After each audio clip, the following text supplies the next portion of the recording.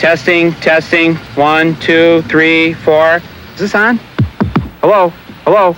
Can you hear me? We're rolling. Hi, I'm Michael Moore. In my hometown of Flint, Michigan, General Motors closed the factories and put 30,000 people out of work. To raise their spirits, I made this movie. Fire Roger Smith!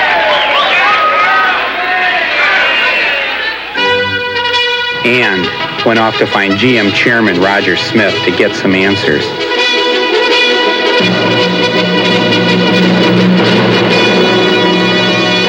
Boy, was he hard to get to. We're going to have to ask you to leave the club. You want me to call Roger Smith? Let's all Flint. Call General Motors. I really don't know. On the sidewalk. I don't think we've met. Do you have an appointment? Mr. Smith is not in. I don't understand. Would you mind leaving? So while looking for Roger, I got to know some of the people in my hometown a bit better. Like Deputy Fred. I treat a person the way I would like to be treated. Sheriff's Department.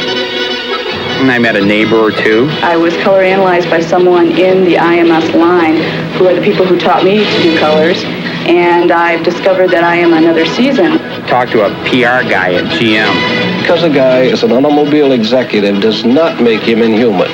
I've talked to enough of them, I know what their concerns are. I met some celebrities. I was born here in Flint, but I don't know anything about it. And kept trying to find Roger. Roger wasn't talking, but the critics wouldn't keep quiet. The New York Times said America has an irrepressible new humorist in the tradition of Mark Twain. Rude, rollicking, and witty. This guy, out. New York Magazine called my movie unforgivably entertaining. Newsweek called me the hottest filmmaker in the country. The Chicago Sun-Times called it smashingly funny, a surprise hit. Plus, Roger and me won awards and wild acclaim at the Toronto, Chicago, and New York film festivals.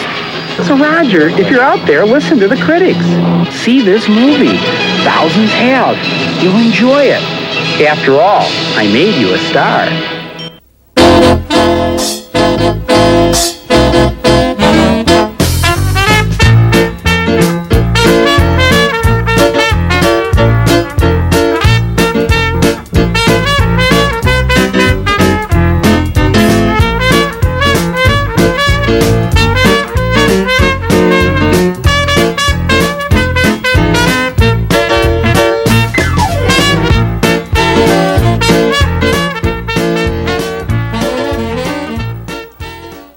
Welcome once again to Hometown Movies. My name is Michael Kelly. Of course, since Hometown Movies has made a point of focusing on Flint-based filmmakers, well, it's about time we finally got around to Michael Moore, whose film Roger and Me infuriated many and delighted others. Michael Moore, of course, is part of the Flint scenes, been part of the Flint scenes for many years, and probably more than any other single person inspired us to start this series. So tonight, we're going to see Michael Moore. Now, Michael was back in town to promote the video release of Roger and Me. And a member of our crew, Andrew Hahn, is out there at Rainbow Video, where he's going to attempt to get a hold of Michael Moore. Are you there, Andrew? Yes, Michael, I am, but before we get to the actual interview of Michael Moore, let's take a look at some clips from the movie. I had found one man in Flint with a secure job, Sheriff's Deputy Fred Ross.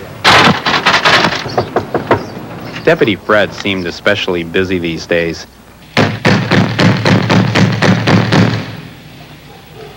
People stay up all night and sleep all day.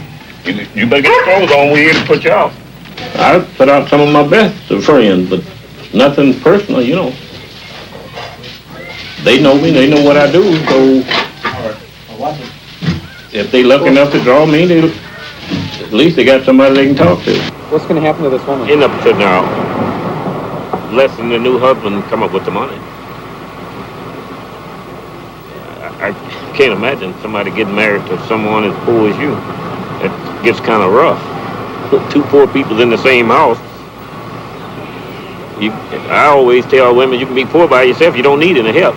And she just got some help being poor.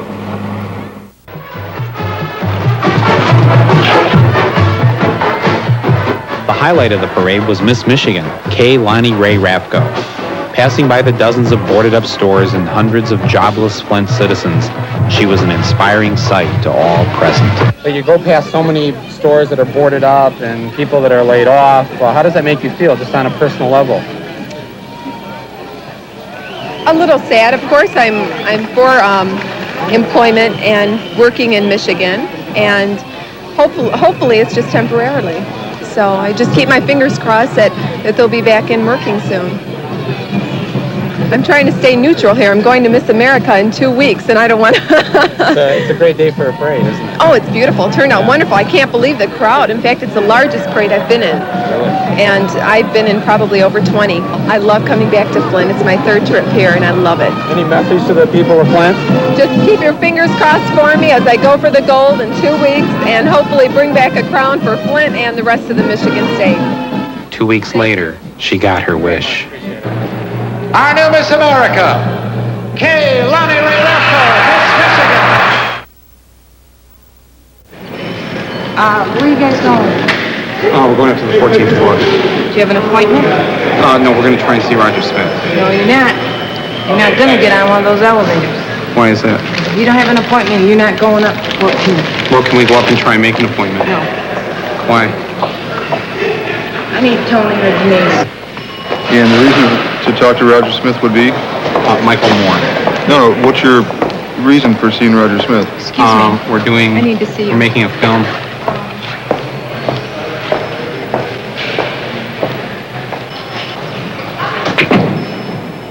I quickly sized up the situation. 3 guards in the booth, plus the one with a corsage. A dozen security cameras and 4 new cars with inflated sticker prices parked in the lobby. If I made a run for it up to Roger's office, what's the worst that could happen to me? Before I could fully explore the consequences of such an action, my escorts to the 14th floor finally arrived. Why don't you send a letter to us, and we will be happy to, as I say, take it under advisement, just as we do all requests to see the chairman. Okay, it's just I've been waiting for about a year now to get this, I think it's been under advisement for a long time. Well, and so what I'd like to do is just go up to the 14th floor and set up an appointment with his secretary. Well, that would be impossible. Obviously, I was getting the big blow-off once again. I tried in vain to locate his house, but the name Smith was a common one among these people. I then read that Roger was going to be at the Grosse Pointe Yacht Club. I decided to drop in on the affair.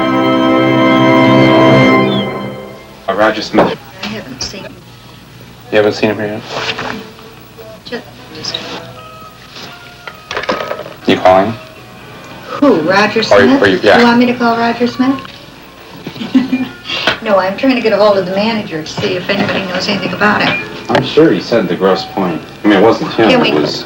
Who? His office? Yeah, his office. Why don't we call his office and Yeah, I find could out? do that. I have a television crew down here with Michael Moore. He's supposed to meet Roger Smith at noon. I have no information.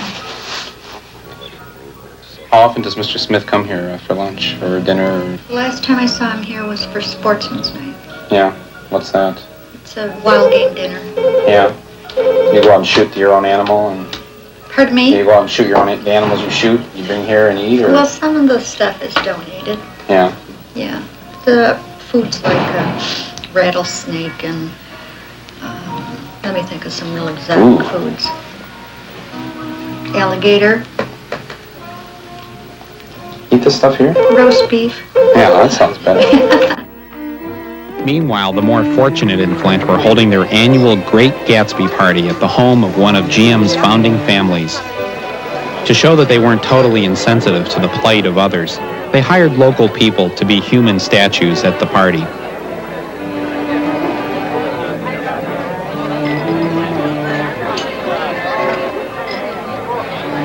So, what's it like here in Flint these days? Well, things are tough here for the people that are laid off. There's still people working, and I don't think it's as bad as people may believe. So, what advice do you have for those who are having a rough go of it? Get up in the morning and go do something. Start yourself. Get your own motor going. There's things to do out there. I don't think it's real fair to just pick on the very negative things and publicize them. and not pick up any of the really good aspects about Flint. What are some of the good aspects of Flint? The ballet. Your kids were involved in that. Ballet, hockey. It's a great place to live. You don't usually think of tourist attraction when you think of Flint, but people here in Flint would like to change that, and they're willing to go to some pretty extreme lengths.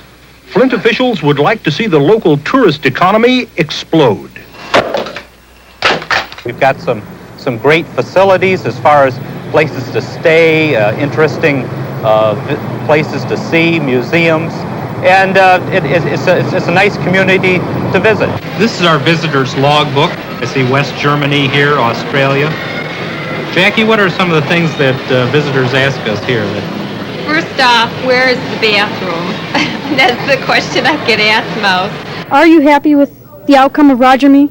Oh, I'm very happy. It's way beyond anything I could have hoped for. I mean, you know, I thought people would like it.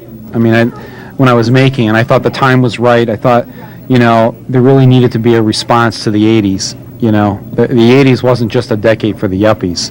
You know, there was a lot of people in the 80s that didn't do very well, and we don't see their stories on the evening news. Mm-hmm. You know, so I wanted to tell their story. Now, looking at 20/20 hindsight, would you change? What would you change in the movie if you could have changed something before it went across? Would you change anything? I would have dropped 50 pounds. That's about it. No, I wouldn't change a thing. Anything you'd Not want a thing. Honest to God, not a thing. I've looked at that, you know, and the first few times I saw it, I kept looking like, yeah, you know, yeah, and I said to myself, no, it's just the way I want it. It tells just the story I want to tell, and you know, about all I need to do is get out and run around the block a little bit, and I'll live a long life. So, what's your reaction to what people are saying about the movie and everyone else's reaction? What's yours? Well, my reaction's great. I mean, here in Flint, the response has been fantastic. It's been, you know, I think if you saw the Donahue show, I think it was a good indication of the pro and con on the movie, and the people who were for the movie, I think, outnumbered the people against it 5-1. So it was nice to see that, and I get great response from everybody on the street. You know. Your success on Roger and Me is going to pour over in your next film. You think it's going to encourage sales or discourage to some people? Well, no, yeah, I think it'll be a big help. I think especially on video. Warner Brothers is going to be shipping close to 100,000 copies of this videotape, and they say that each videotape rents maybe 100 times. You know, and if 2 or 3 people see each time it's rented, that means 20 to 30 million people will see Roger Me just on videotape. So I think I'm very happy about that, and I'm sure it'll help the next movie. You know, if I get out and run, I think that's the critical thing, because, you know, otherwise it's not doing much for me. I'm not getting any dates or anything. You know. Oh. That's been rough. Okay. Now the amount of money that you've gained on this. Yeah. Have you been approached by any filmmakers about financial support, such as the Center for Alternative Media? I know that. Oh yeah, no. A lot of people have written, and we're going to give out $100,000 a year indefinitely. Where are you spending your money? Where's this money going to? Right now, I've already given money to documentary films on the homeless, a documentary film that's being made on the U.S. invasion of Panama, a documentary that's being made on the Middle East. I've given money to the National Union of the Homeless, homeless shelters around the country. I've given money to the New Directions movement within the UAW. And this is in the first few months, so. Anything that goes to charity or? Well, those are all charities. You see, I have a different view of charity than most people probably. Mm-hmm. I believe in groups that are actively involved in trying to change things and not just put Band-Aids on the problem. You know, it's one thing to provide free turkeys for the poor every Thanksgiving. It's another thing to get out there and politically organize to permanently change things so that we don't have people starving in this country. And that's really what I prefer to do. And I'm going to give money to candidates next year in the Flint elections. I'm going to give money to the group that's going to hopefully start the Flint Voice back up. So anything I can do to try and help things, that's what I'm going to do with it. Let's talk about the Flint Voice. Are you going to have any, besides giving money, are you going to run it or No. anything like that? No, I mean, I might write, I'll write for it, but I'm not going to be the editor. It'll have to be somebody else, because I'm going to be making movies. This is a full-time job. So, but I really hope, because there already is a group of people that wants to get it going. They just haven't found somebody to be the editor. So, are you looking for a job?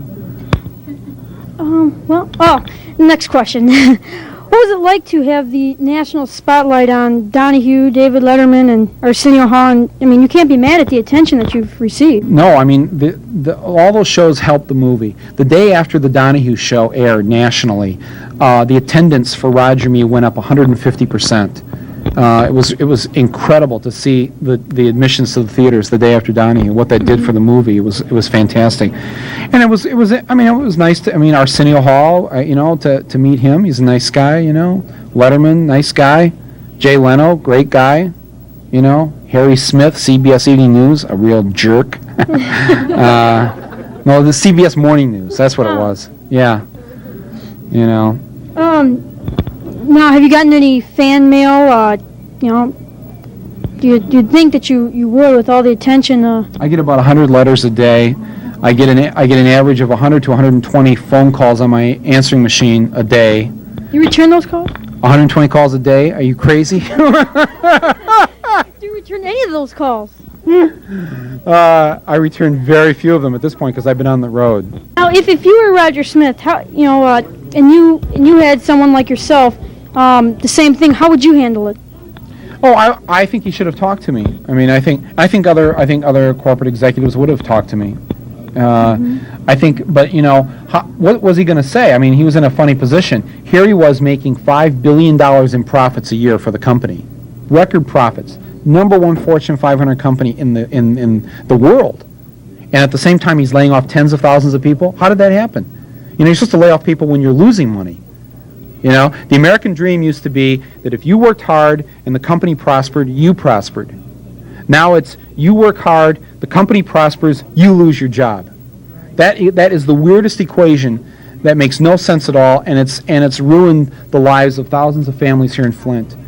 You throw 30,000 people out of work, you have more divorce, more suicide, more drug abuse, more alcoholism, all the things that go with high unemployment. And I don't want to live in a society like that. I want people to have a decent life, and I don't think it's a lot to ask for. And again, we're not asking GM to keep jobs when they're losing money. They're not losing money. They're making money. They're making money. Why are they throwing people out of work? The light trucks that they build here in Flint, they're among their highest selling vehicles. Why is only one line working over there now at the truck plant? What's their excuse? And it's not an outdated factory. That's an excuse they love to use. It's an outdated factory. That factory was built in the 50s. That's not outdated. What's the problem here? Now, Roger's retiring, but you're happy to know that. Do you think you drove him? I'm not happy. Oh. I'm not happy. Because I mean, we want him to still be in office when it comes out on HBO. Well, do you think you might have driven him to like an early retirement type plan? Are you another process server? Am I being sued by Roger Smith now? No. No. All chairmen's retired at age 65, and his birthday is in September, and so that's why he's retiring. It had nothing to do with the movie, Mm-hmm. Now, I have to ask you this. That's okay. Okay. Sorry. But how do you feel about the allegations, the fact that they say it was not put in chronological order, that all the layoffs didn't happen at one time? Right. Barb Schroeder, TV 12 News, that was not Barb Schroeder, they say, and wasn't Nightline. It wasn't really Barb Schroeder. Well, it was Barb Schroeder. It's just a stage. I'm going to give you an exclusive. It was actually a Barb Schroeder blow-up doll. Was it? Yeah. I could tell because their lips are. Yeah, that's moving. right. Yeah, and she was, but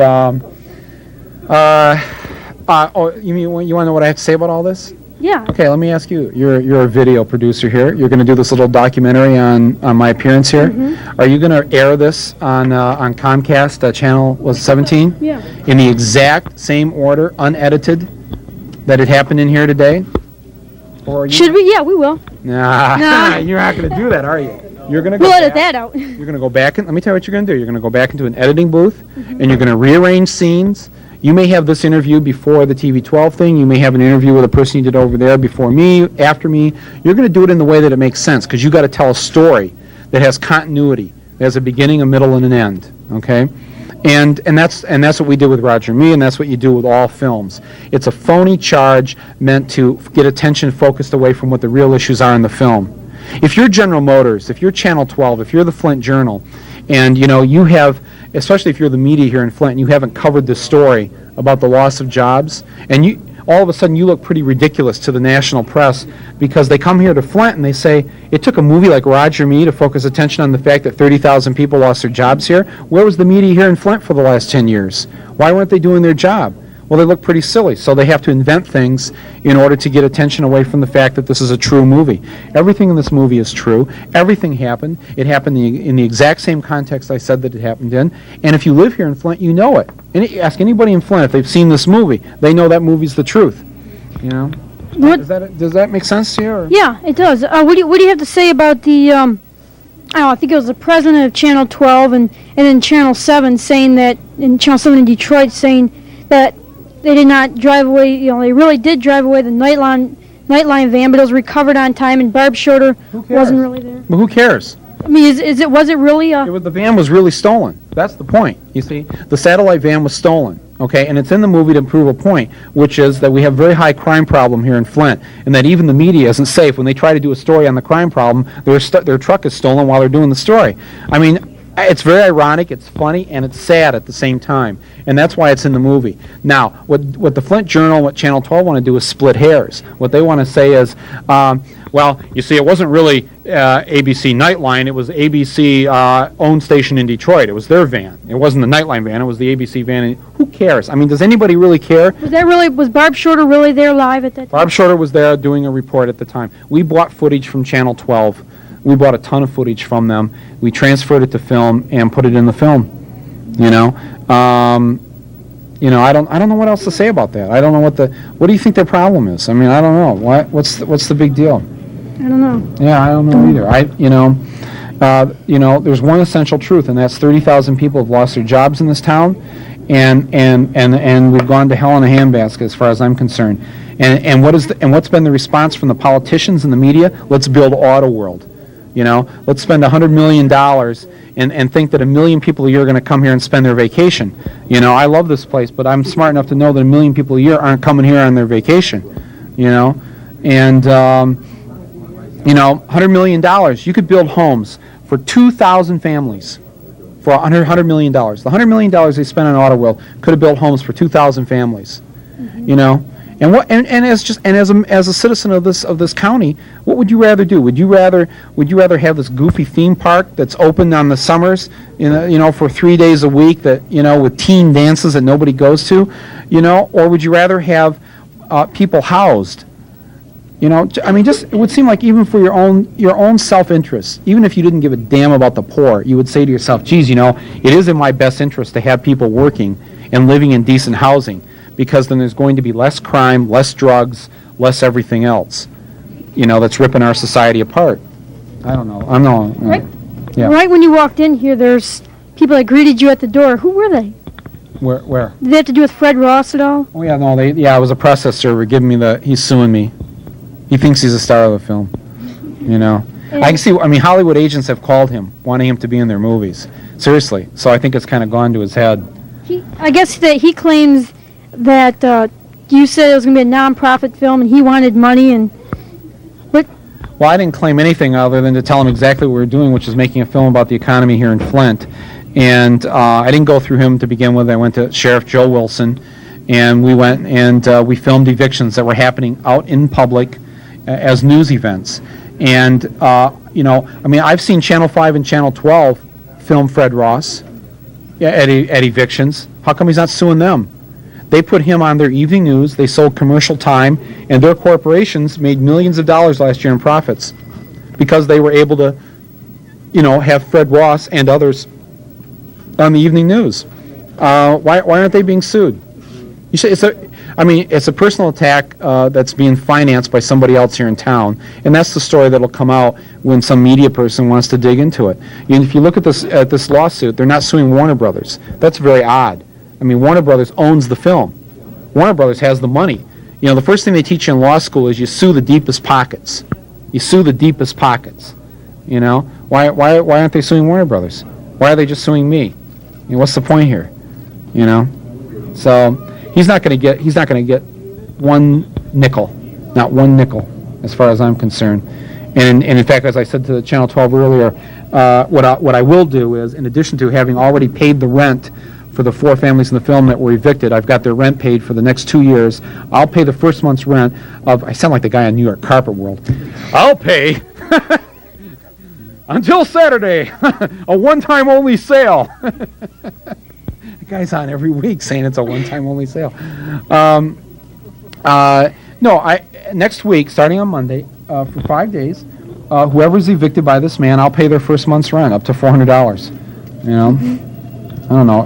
Is that? I mean, I don't know what our home's renting for now these days. $400 good enough? $900. Come on, where do you live? Well, we wish you the best of luck and hoping your trial too. And my trial? Yeah. Hey, no, you know, where's my other? I just got sued again here while we were sitting here. Where's the other one? Even as we speak. Even as we speak, another process server walked in. You heard it first here too. And you know who that? Now this is a guy. This is the guy that bought the Michigan Voice house. Oh, you probably shouldn't. I wrote a little message to the process server.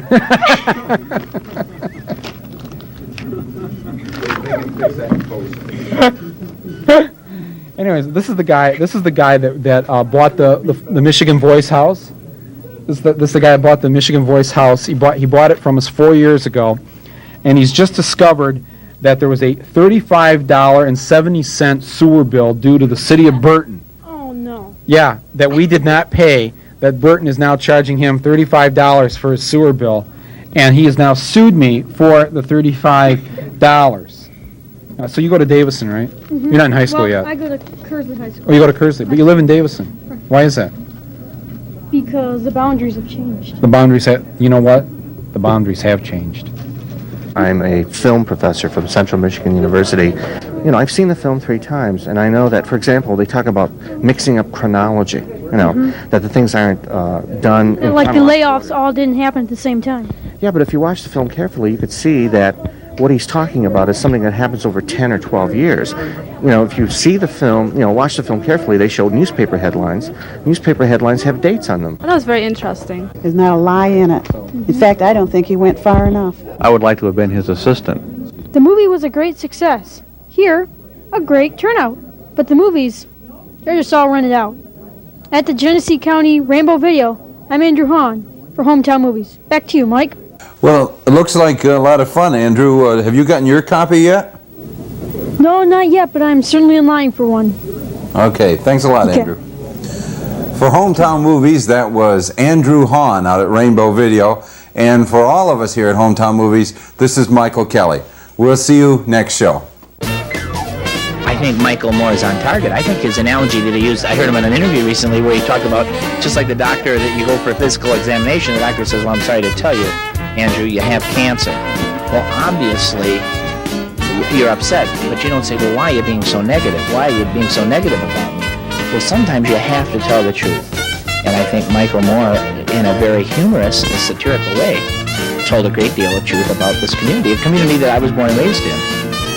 How would you change the movie if you could go back and change it? Would you add something, take away something? Oh, yeah, that's an easy plan. What I did, I was in the movie and I was edited out. I would definitely put that part back in.